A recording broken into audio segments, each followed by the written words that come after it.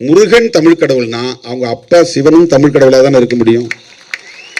முருகன் தமிழ் கடவுள்னா சிவன் தமிழனா இருந்தா பார்வதி தமிழச்சியாக தான் இருக்க முடியும்.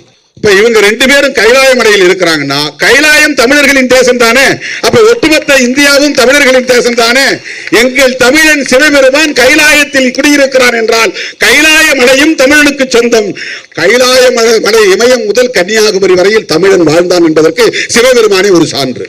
அந்த கதைப்படி பார்த்தார். சிவன் தமிழன், பார்வதி தமிழச்சி அப்படின்னா கணபதி கணேசனும் தமிழனா தானே இருக்க முடியும். ஏன் கணேசனை தமிழ் கடவுள் நீங்க யாரும் சொல்றது இல்ல?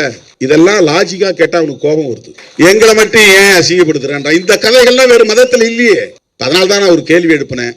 அதை சிலரால் பொறுத்து கொள்ள முடியவில்லை. சொல்லும் போது தமிழ் கடவுள் முருகன், அவர் தமிழ் கடவுள, அப்ப சிவன் பெருமாள்லாம் என்ன கடவுள்? அவர் இங்கிலீஷ் கடவுளா, இந்தி கடவுளா? அவனு ஏன் இறைதான். இறைவனை இரவல் கொடுத்தவன், கடவுளை கடன் கொடுத்த மக்கள் நாங்க. எங்ககிட்ட வந்து சும்மா ஏதாவது பேசிக்கிறது. கூட்டணி கொள்கை வேற, கூட்டணி வேற. அது நல்ல கொள்கையா இருக்கு, அப்படியே கடைபிடிங்க.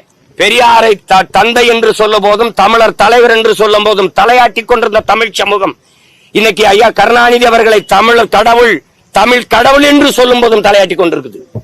இது மாதிரி ஒரு கேவலம்.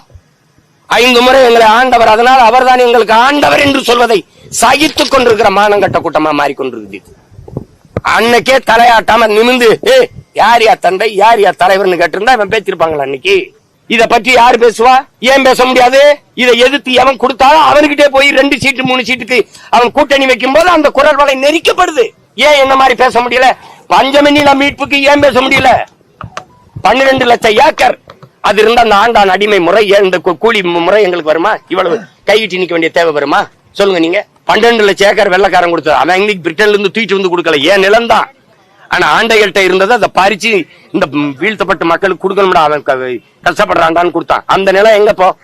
அந்த நிலம் எங்க என்கிட்ட இப்ப எங்க? அதை பத்தி ஏன் பேச முடியலன்னா, எவனமா ஆக்கிரமிச்சு வச்சிருக்கானா அந்த அதிகாரத்தின் கீழே போய் நம்ம 2 சீட்டு 3 சீட்டு கூட்டணி வைக்கும் போது பேச முடியல.